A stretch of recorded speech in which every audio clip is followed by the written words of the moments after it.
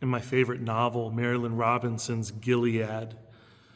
Characters reminiscing about a time when they were a child and taking what they were around in their life and incorporating it into their play. And on this day, when their barn cat had kittens, that meant that being good Christian children, knowing what to do, they began swaddling those little kittens one by one into white little robes and baptizing them using the water from the local river, repeating the full Trinitarian formula, until Mama Cat comes along and indignantly begins carrying back her babies to the safety of the barn.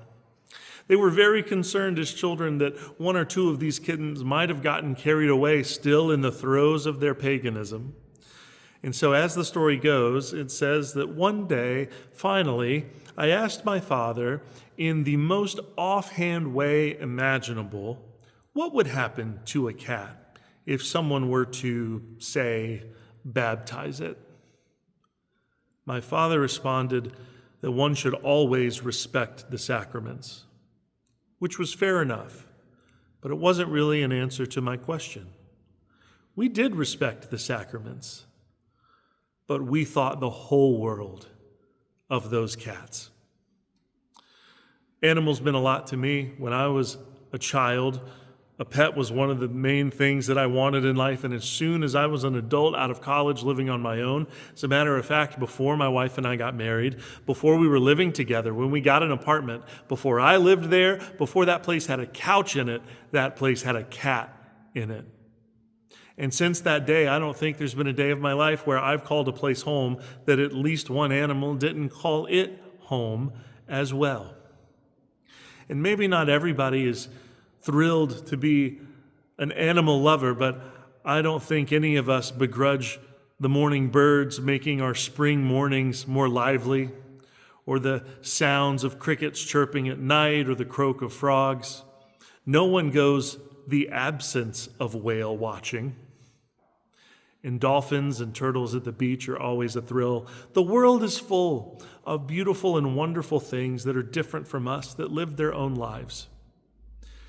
And the magic of our faith tradition is that they have a share in the redeeming work of God. I'm standing here in our sanctuary where we do respect the sacrament. We take it every week in our Life Song service. We take it every month in our traditional service. And as I look around the room, it's not just depictions of people that I see. I see lambs and other animals present the birth of Jesus in the window in front of me. I see the Spirit descending as a dove at the baptism of Jesus. Behind me, Jesus rides into Jerusalem triumphantly on a donkey. Animals have a place in God's redeeming work. Jesus comes to save and redeem all of creation. And do all dogs go to heaven? I'd say the odds are pretty good. Whatever chance you and I have to spend eternity with God, our pets have at least the same chance we do. And that's a wonderful and beautiful thing. It's something to celebrate, that our earth is beautiful, that the sounds that they make are likewise praises and hymns of praise, an affirmation of life and of grace and of beauty and of meaning. If that sounds good to you, I'd love to close this out by inviting you to our celebration, the blessing of the animals, this Saturday, 10 a.m. to noon at our Way campus. That's at the corner of Sweetwater and Randall Road. If you want a road address, it's 417 Randall Road in Edgefield. I'd love to see you there.